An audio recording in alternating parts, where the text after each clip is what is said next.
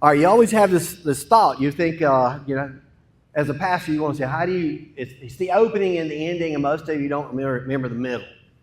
You know how it works? And I only got 20 minutes with you anyway. So I'll try to get there, but I'll tell you some things that happened to me that I care about. I got to play in a golf tournament, Giants to Christ, Corey's golf tournament in Columbia. Got to play there, got to hang out there, and it was incredible. And if you're not a golfer, this won't mean anything to you, but if you are a golfer, this will mean something to you. We shot minus 30 and lost. I was like, I've never shot minus 30. I didn't even know it existed, kind of thing. So I did get closest to the pin, didn't I, somewhere? I had to kick that up there, but I got it up there. So always the beginning. So let me say this before we walk into this, that somebody needs to hear this. And I usually get it first because when I'm dealing with Jesus Christ and the things he did and the things we're supposed to do, it's really, you have to work it out. It's just not an automatic, I accept Jesus Christ in my life and I become like Jesus Christ. I do the things Jesus Christ. That's very good, but it takes a while.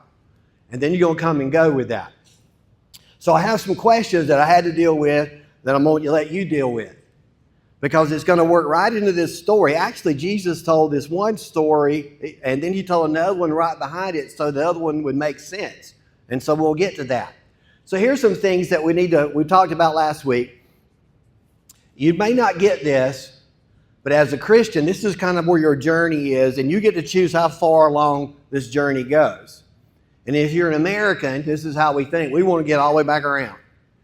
But a lot of times when you become a Christian and the resurrection starts the whole thing. That's where life begins for you. That's where you accept Jesus Christ and life begins. And then we come into the good shepherd, because the shepherd is one who's going to take care of you because you're a sheep and you still don't know what you're doing after accepting Jesus Christ. You just got the goods, you got the power, the Holy Spirit's in there, all these things are available. You may not know anything. You even start reading and you're praying. But in the beginning, let me say this. In the beginning, everything's about you. Because that's just the way it has to work. So when you came out of this life, I really wanted to know God somehow. If you remember, you really wanted to know God somehow, some way. So you found him, you accepted Jesus Christ in your life, and now you're in this journey, and now we're in this shepherd phase where God's going to take care of you until you figure out what you need to be doing. Problem here is that a lot of Christians never figure it out. We always stay in this stage here where it's always about being taken care of, the good shepherd, and God's going to get me through it, and all of that is true. But if you want to do what Jesus asked and the way this thing works, then you're going to have another story to tell other than your own. That's how you know you're moving down the line and you're moving in the circle. And then you move to this part where he's put the power of the Holy Spirit in you, and he says you're going to be like shining stars. You're going to be a light to this world. You're not going to do like everybody else. You're not going to be like everybody else. People are going to be able to see you and know you're different. You see how that works? And this is what he's saying. Now, we can try to work that out. I'm going to be different in this way, different in that way. But the difference he's talking about is how he communicates and how he does life with you. This is the issue with Jesus Christ. He knew how to do life, and then he told us how to do it, and then he calls us sheep. We hadn't figured it all out. And now we're supposed to be the light of the world. You are. Not by what you say, but what you do, how you react, when you react, what happens with other people. We got to talk about other people a little bit, because the other people is a problem for most of us. This world would be great if it wasn't for other people.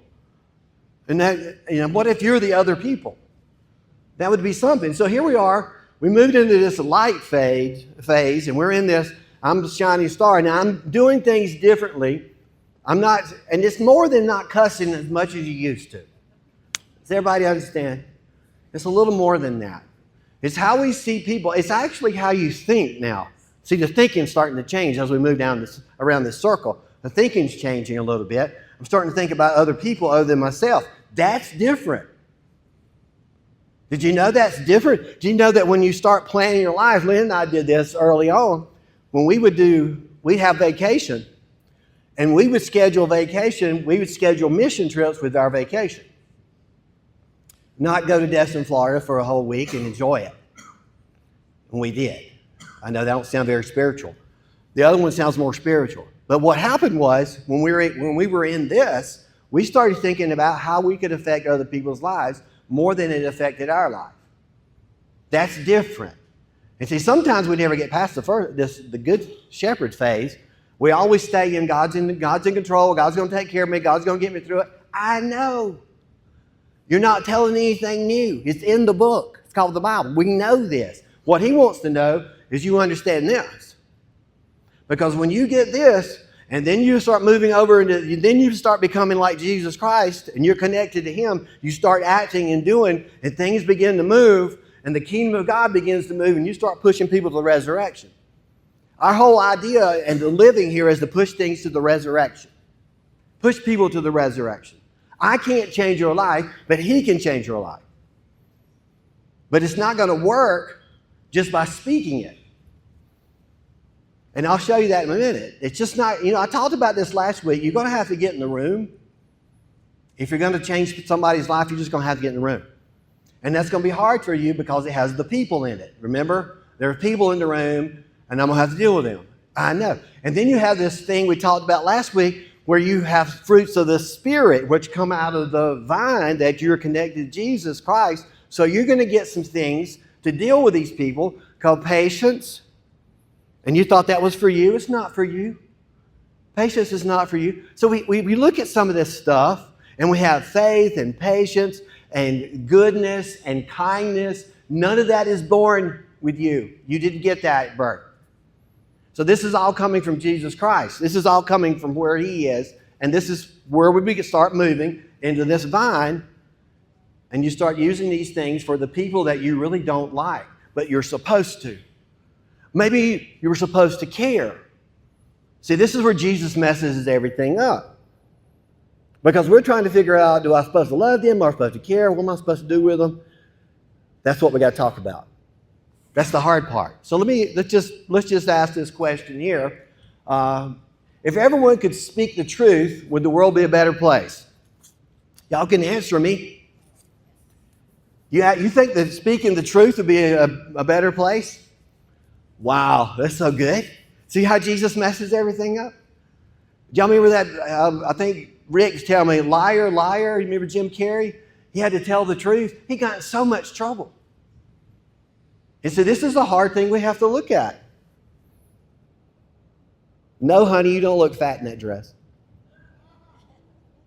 Is that what are you saying? You see what I'm saying?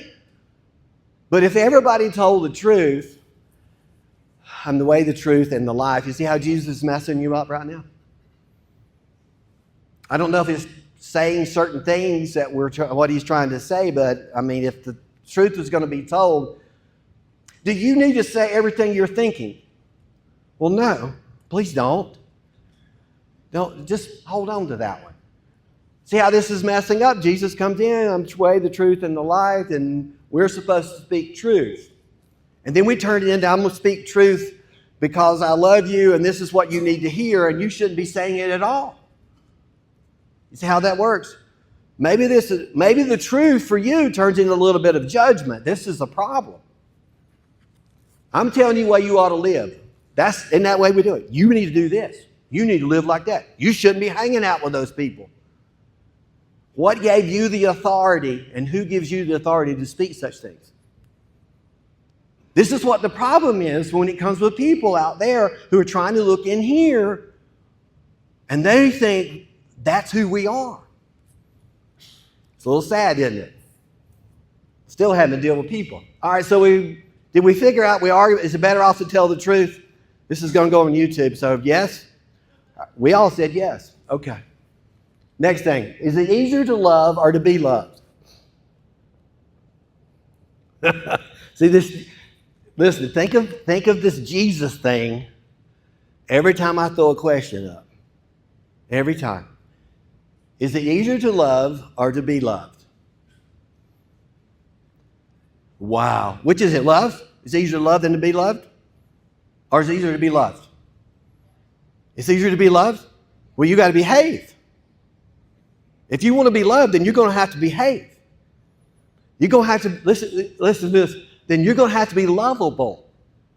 And some of you are porcupines. And you're telling me I'm supposed to love you, but I can't even get near you. If I get near you, it's going to hurt. You see what I'm saying? So then we have this up here, we have Jesus. This is not an issue. You see, I'm trying to tell you to be like Jesus Christ, and then we get up to these questions. This is not an issue for him because he said, I love y'all, and how I know that is I'm going to lay down my life for you. Here's the problem we have. He did that for everybody. All the people in the room with you, there are porcupines. He died for the porcupines. I'm telling you, this is the issue. Trying to love people. So I think for me, it's probably easier to love from afar. I love all y'all from here. See how that works? And then we got this, if I have to be loved, then I got to be lovable and I got to act. See how the judgment comes in? This is the problem. Will you love me if I do what? The right things. And what's the right things? Your right things are different than your right things. And then we have this Jesus thing coming in here. And then most of you said that we're not really supposed to tell the truth, so how am I going to hang out with you? This is what I'm telling you. This is the problem that we have when it comes to people. We're not really sure what to do with that. I'll tell you what some people do in a minute. We got another question. You want another question? Are y'all done? Okay, we got to figure out how you got in here in a minute and who was the greatest sinner that just walked in the room. We're going to get to that one. Is it easier to accept or reject a person? That should be very easy for you. Do you want to be spiritual? Because you want to be spiritual here, but let's go Monday morning. You want to do Monday morning? Well, I can tell you what it is. It's easier to reject them. And a lot of times it happens, they might be wearing something you don't like. Could it be a pin? Could it be a flag? Could it be we wear crosses and people I'm not dealing with you. They don't even know me. See, here was the problem with Jesus again. He actually got to know the people. And he loved them anyway. But for being you, it's probably easier to reject people and just stay away from it. You remember it's the people thing again that we're in there. And then here's where I would say most of you would not be in the same place Jesus was hanging out. Okay, so he's hanging out with the worst of the worst. Does everybody understand that? So you would reject that. You see the problem I got with him? He's hanging out with people I was told to stay away from. All my life, stay away from those people. Don't hang out with those people. What are we supposed to do with those people? Well, Jesus said, I'm just going to die for all of them. And if you accept me in your life, the power of God will change your life. And then you'll be acceptable to God. Maybe not acceptable to you. This is a problem. But acceptable to him. That's what he said. There's that problem. So so would you say it's easier for Jesus to accept people than you? Come on, people. Yes. Well, yes. Yeah, you already got a list in your head. Right now, you got a list of people, you're just like, I'm just not going to deal with that. And then here's what, let me help you. Then you're having a feeling. I love this. You're having a feeling. Maybe I should try. And maybe I should pray for them. There's a good start. So, let's do this. Why are people staying away from God? Is it God? Here we go. Is it Eddie? Could be me. As much as you think I'm perfect, I am not. That was not meant to be a joke over there, Nikki. But I am not. You see what I'm so is it possible that I have turned people away from God? Absolutely, yes. That was not the intent. But I didn't know how to love like Jesus, and I'm still working on it. I see things now that I'm like, my mama would like, what in the world? I'm glad she's in heaven. Because I don't want to hear what in the world, because I've said that too. So I'm trying to figure out, when we were at, I forgot, we was in Florida or maybe Myrtle Beach, Love All, Serve All. What was that restaurant? Do you remember the purple hair and everybody's walking around? Hard Rock Cafe. Remember Hard Rock Cafe? Everybody's walking around with nose rings and purple hair. And we didn't know what was happening. So we walked in. We didn't know if it was like costume night. All right. So I walk in and I realize these are real people. This is how they're expressing whatever pain they had in their life. This is how it's coming out. Do you understand how that works? And then over the serving bar where all the salads were, it said, love all, serve all. It's something Jesus would actually say. And it took purple-haired people to put it over the bar. So I'm asking the question, are we pushing away or pulling in? This is so hard, isn't it? It's exhausting to try to love people that are not lovable, especially in your family. It's just very hard. So chronic loneliness will increase your chances of death by 14%. And I'll get to some of this in a minute. But we were not made to be alone. I think it's easy. You feel like it's easier to isolate yourself and be away from people, but that's not the way really God wanted it to be. And if Jesus were here, he would say, I don't need you to hang out by yourself. I need you to hang out with the people. The other people, the porcupines, the unlovable, everybody, that I died for, I need y'all to be hanging out with that. So here's what happened. So we send out text message today. You never know what's going to happen. So I send out some text messages. Get that word loneliness in there. So I send it out, and Roy sends it back. So I'm going to just read it straight up. I didn't have a chance to put it on the screens.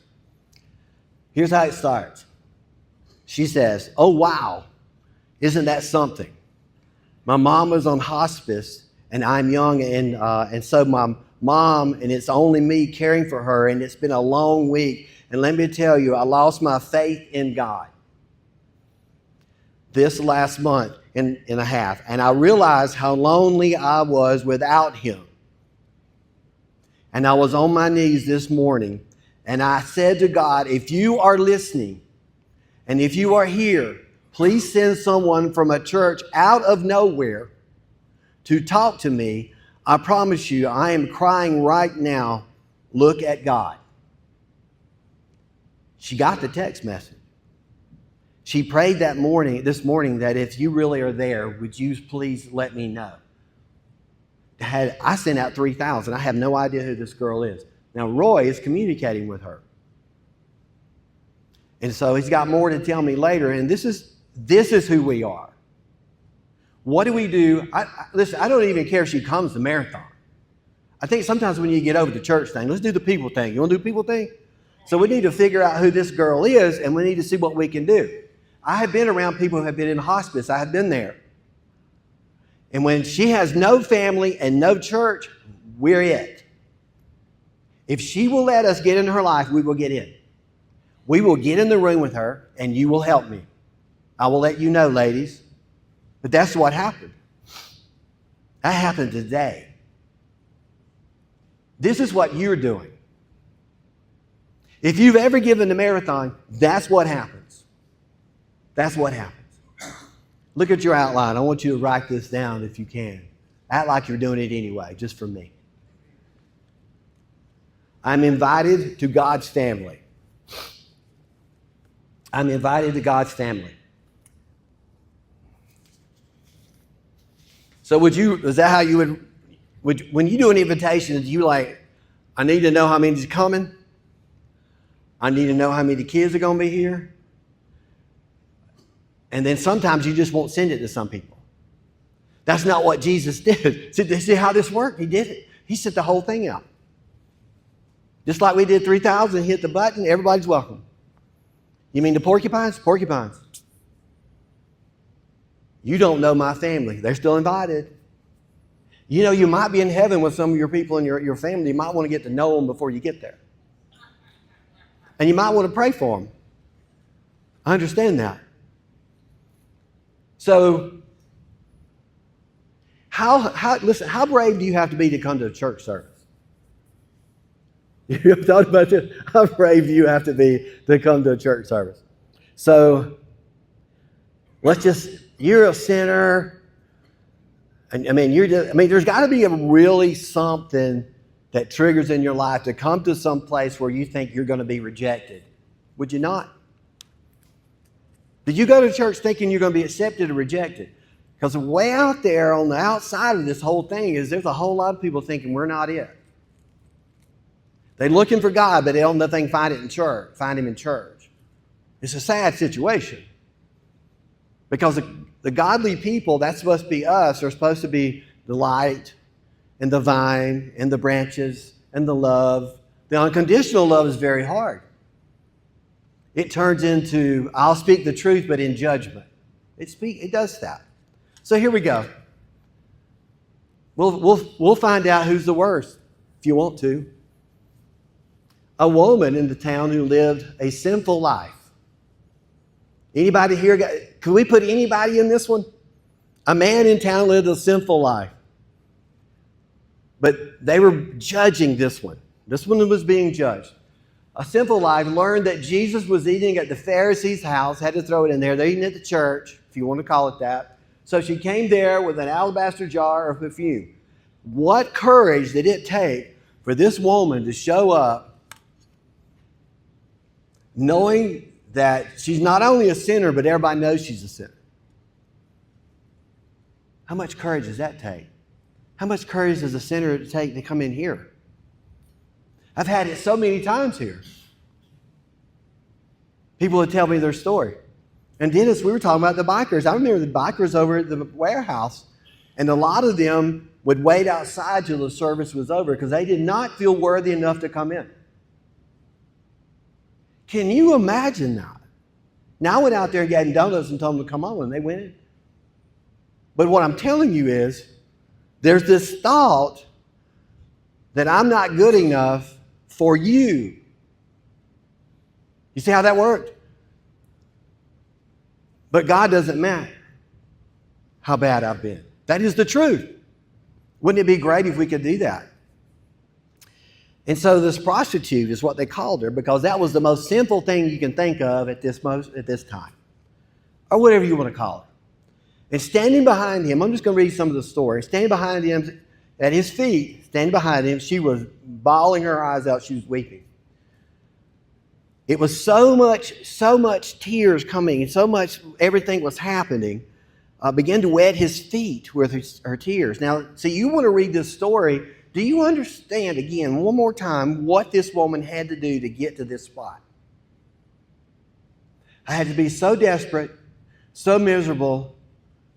Here's what probably happened. She heard Jesus speak and talked about love that she'd never heard before. About how God, what's this? Not how we love and not how the Pharisees love, but how God really loves. And she heard it. So the only person in the world she thought could actually help her was Jesus Christ. So she's there crying. Tears, and then she began to wipe them with her hair. They were crying on his feet. And so she took, can you see this? Took her hair and wiped his feet with her hair. It's amazing. And then she kissed his feet. I don't know how you are about feet, but they were nasty. I know it's the Son of God, but they're still dirty. You have to be so grateful for that, to believe that. Now, the Pharisee who invited Jesus at the house, he saw this. He saw what was happening. He said to himself, if this man were a prophet, well, listen to this. If this man was who he says he was, this religious guy, that, whatever he says he is, he would have known who and what sort of woman this is who is touching him, for she is a sinner. How much courage does it take for that woman to go into that house? Surprising for me is they even let her in. But she's walking in, bawling her eyes out. She's bringing oil to anoint his head.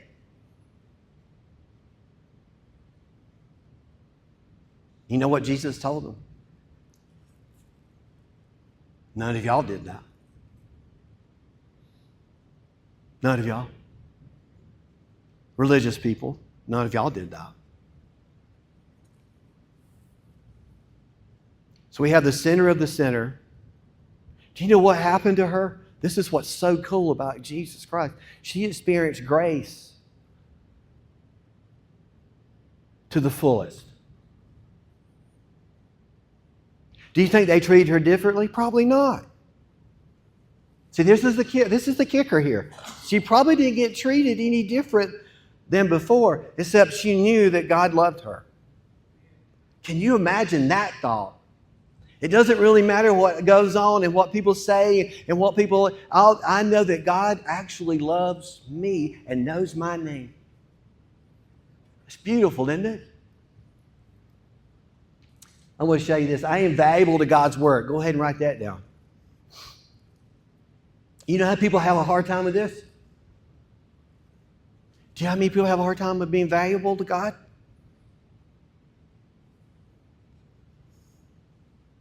Do you feel valuable to God's word? Or do you feel what? I'm glad, listen, we're growing every week and I'm so happy.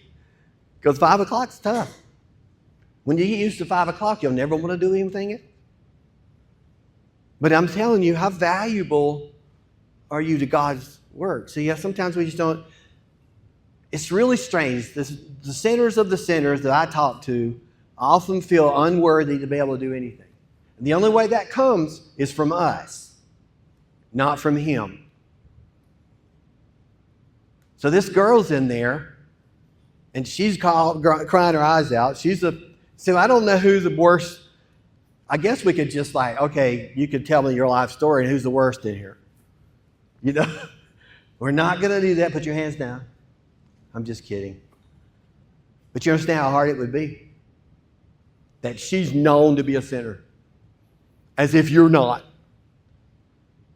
You know, you're not, but she is. And she comes into the house. I am valuable to God's word. As she stood behind him, let's look at it one more time. His feet weeping, she began to wet his feet with her tears. Just imagine this scene. She's in there. Then she wiped him with her hair, kissed him, and poured perfume on him. Anointed him. This is what they did at burials, if you could see it coming. But she wanted to do it while he was alive. And you know why? She was so grateful. She was so grateful. But you have a problem, you know. You have a problem. You got religious over here, and you got the Pharisees over there, and you got the disciples who don't get it. So Jesus answers them. If you had known who you really are, if you were a prophet, then you'd have known this girl, she should not be touching you because she is a sinner. Who wasn't a sinner in that room? But none of you anointed my feet.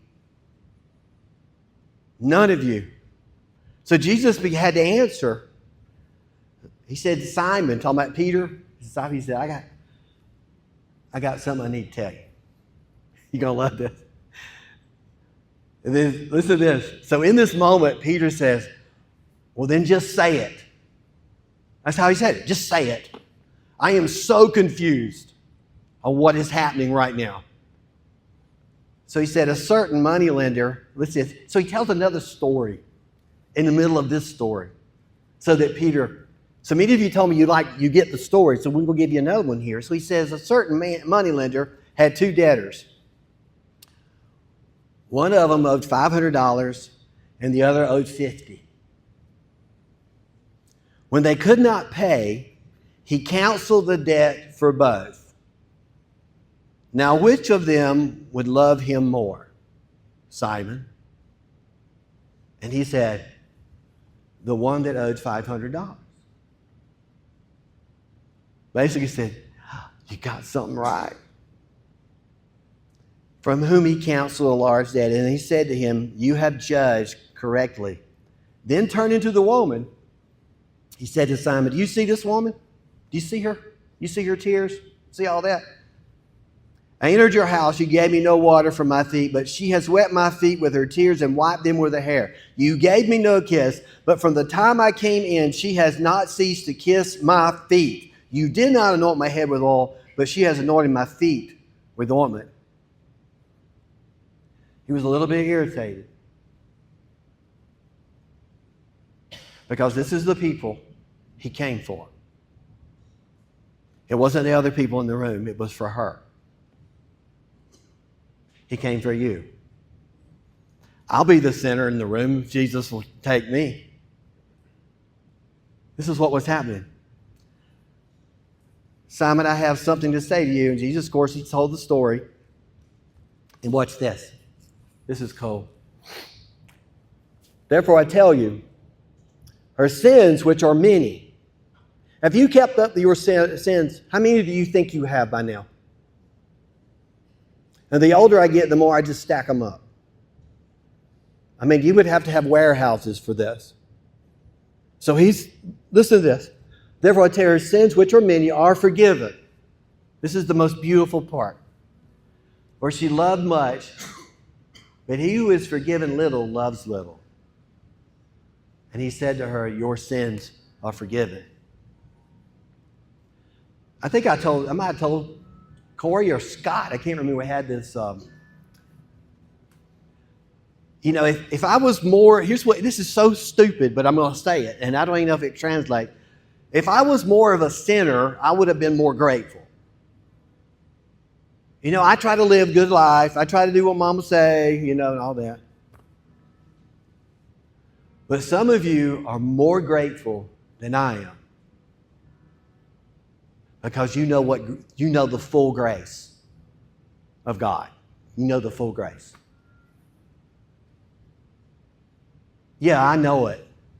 That's what he was saying, Little and much, you know the difference.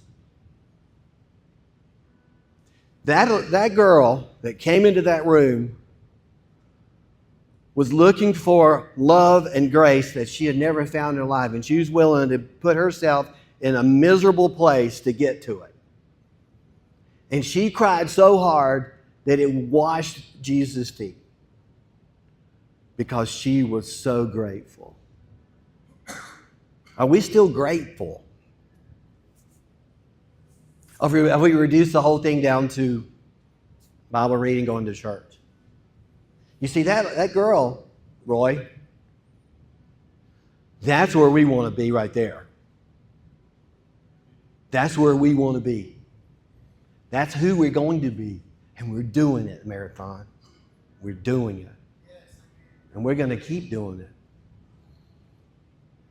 I just want to make, is it possible I just take my salvation for granted? Well, sure. I trust God. I believe He'll take care of me.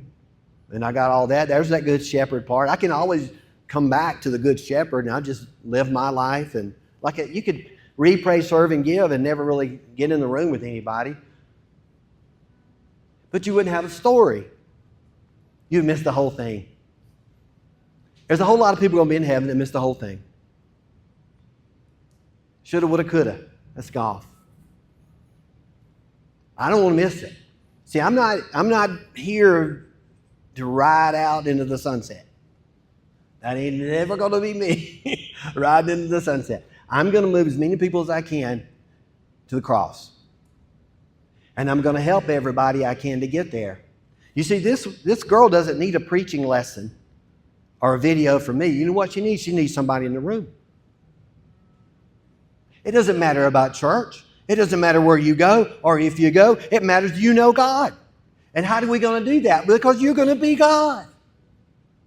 You're going to be Jesus in the room. That's how they find Him. And that's what we're going to do. When we get our place very soon, you will see things you haven't seen before. And I can't wait to get there. All right. Here's the other part. How do you end this? How do you end this? We're created for connection. Got that? We move away from people. Why? We get hurt. We lose. Something happened in our life. This is not heaven. Something happened. People let you down. Nobody's had that one before. Let me tell you let me say this. I'm going to end like this. While we people who are going in the same direction, if you've been hurt. You see, this girl doesn't have anybody to walk with. Did you know that? How sad to be with your mother in hospice and nobody. That is the saddest thing. I could hardly stand it. I'm like, oh, we got to do something. There's a whole lot of people out there. They don't believe we care, but we do, don't we? You got to let them know that they're not alone. Not alone. So y'all stand with me. Woo!